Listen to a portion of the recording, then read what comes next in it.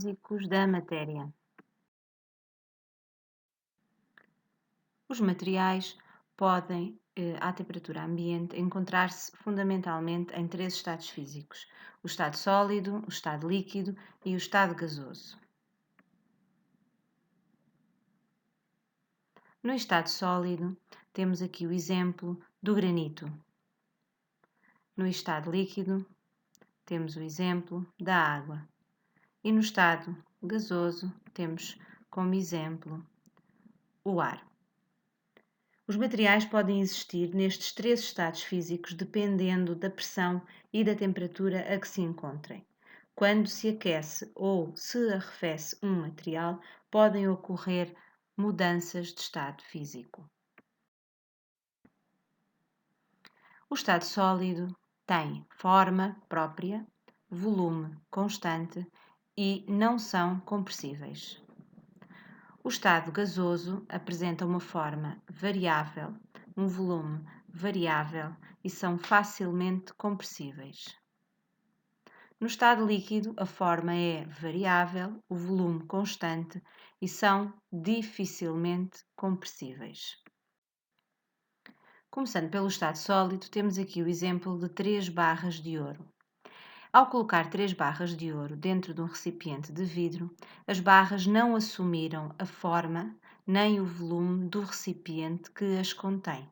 E se tentarmos comprimir uma barra de ouro, vamos verificar que é uma tarefa impossível.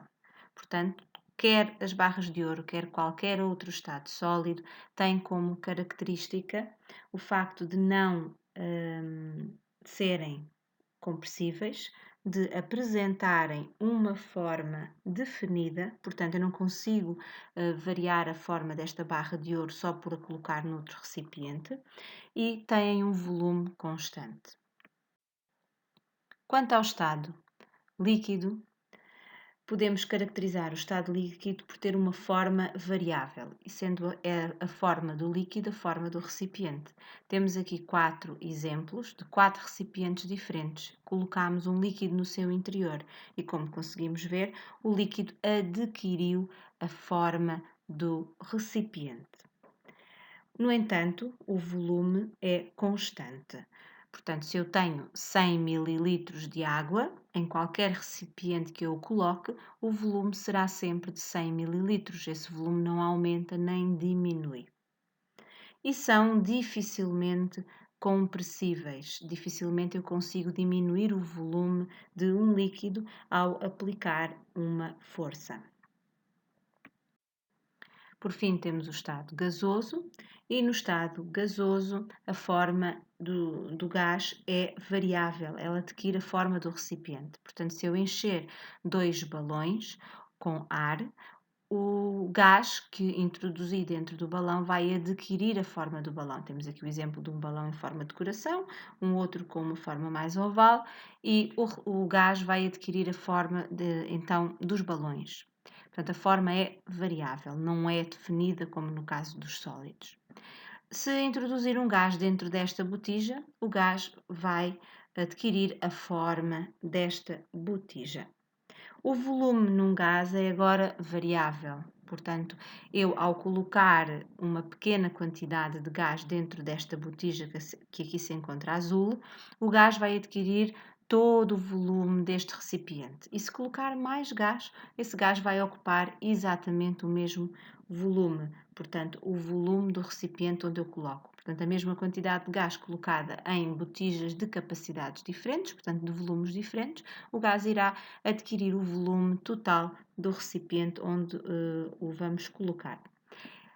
Os gases, ao contrário do estado sólido e do estado líquido, são facilmente compressíveis. Eu consigo comprimir um gás num recipiente. Ao aquecer ou ao arrefecer, eu posso fazer com que os materiais mudem de estado físico. O estado físico pode mudar se as condições de temperatura e ou de pressão forem alteradas. O estado gasoso pode passar para o estado líquido e essa mudança de estado físico nós damos o nome de condensação. Do estado líquido para o sólido damos o nome de solidificação. E diretamente do estado gasoso para o estado sólido damos o nome de sublimação. Estas mudanças de estado físico que referi, que estão aqui representadas a azul neste esquema, para que ocorram, há necessidade de uma diminuição da temperatura. Agora, se eu tiver uma substância no estado sólido, ela poderá passar para o estado líquido, do estado líquido pode passar para o estado gasoso ou do estado sólido poderá passar diretamente para o estado gasoso. Estas mudanças de estado físico estão aqui representadas por setas a vermelho. Para que tal aconteça, eu necessito de aquecer a minha substância, portanto, aumentar-lhe a temperatura. A mudança de estado físico de sólido para líquido dá-se o nome de fusão, de líquido para gasoso dá-se o nome de vaporização e a passagem direta do sólido para o gasoso dá-se o nome de sublimação. Como vimos no esquema anterior, a fusão é a passagem do estado sólido para o estado líquido. Ocorre, por exemplo, a fusão do gelo quando tiramos um cubo de gelo do congelador e deixamos em cima da bancada da cozinha. A vaporização é a passagem do estado líquido para o estado gasoso. A vaporização ocorre com o aumento da temperatura. A vaporização pode ocorrer lentamente à temperatura ambiente, damos o nome de evaporação. É um exemplo nas salinas, a água do mar que se encontra em repouso com o calor do sol, a água vai evaporando. Esta evaporação é uma vaporização lenta que ocorre à temperatura ambiente sem ser necessário aquecer até aos 100 graus, como acontece com a água quando queremos que ferva. Quando a vaporização é tumultuosa, através de um aquecimento intenso, damos o nome de ebulição. É quando, por exemplo, queremos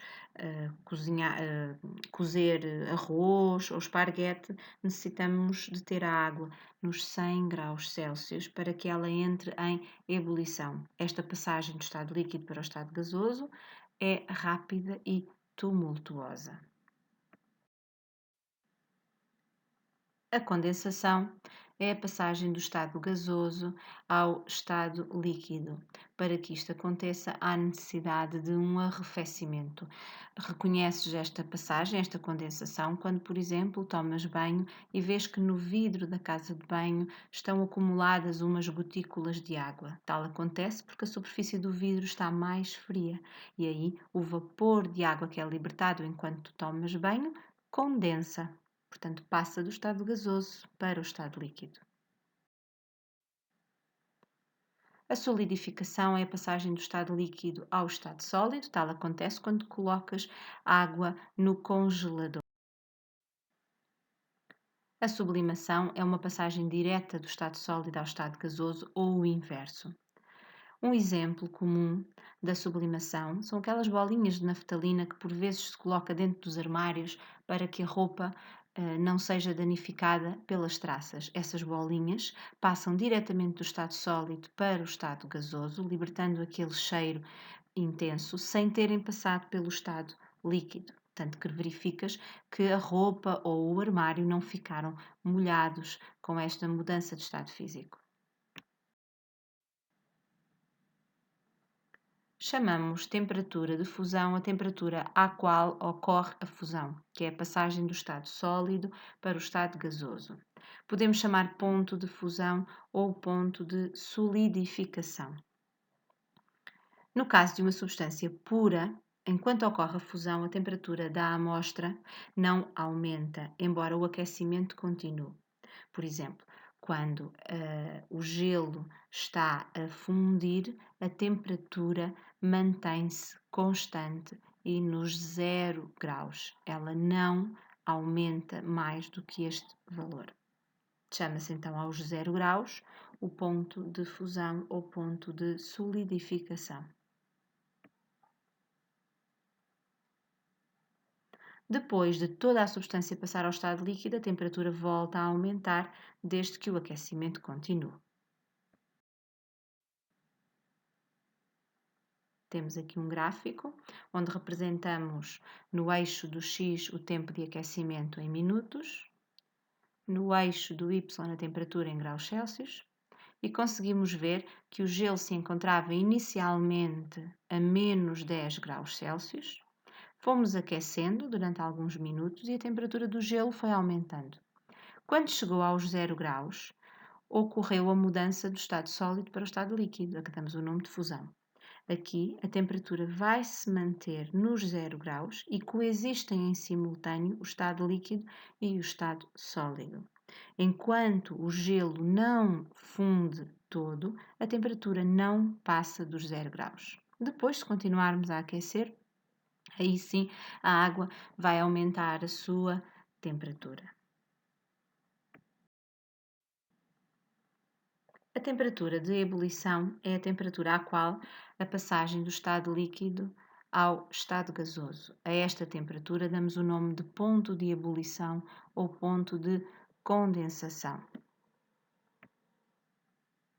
No caso de uma substância pura, enquanto ocorre a ebulição, a temperatura da amostra não aumenta, embora o aquecimento continue.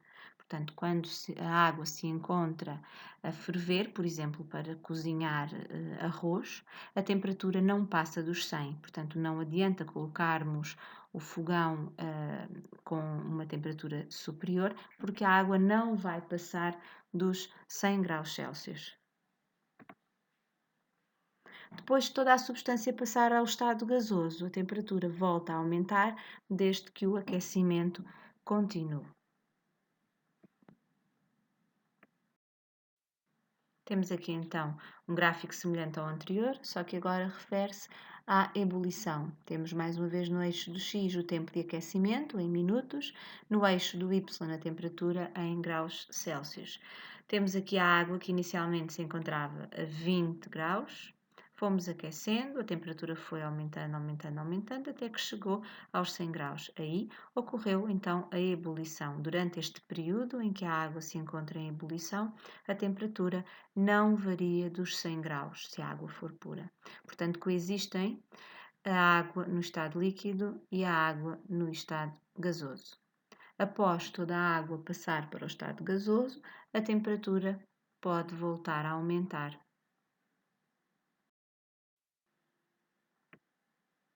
Temos aqui o exemplo da água pura. A temperatura de fusão da água pura ocorre aos 0 graus Celsius e a temperatura de ebulição aos 100 graus Celsius. Abaixo dos 0 graus, a água encontra-se no estado sólido. Entre os 0 e os 100, a água encontra-se no estado líquido. Acima dos 100 graus Celsius, a água encontra-se no estado gasoso. A presença de impurezas numa substância origina uma variação dos valores das temperaturas durante as mudanças de estado, provocando um aumento de temperatura de ebulição dessa substância e uma diminuição da temperatura de fusão dessa substância. Portanto, se adicionarmos, por exemplo, sal ao gelo, a sua temperatura de fusão será abaixo dos 0 graus. Se adicionarmos sal à água no estado líquido, a sua temperatura de ebulição será superior aos 100 graus Celsius.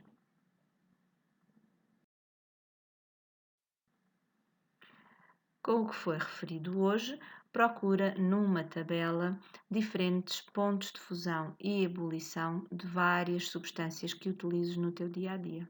Continuação de um bom trabalho.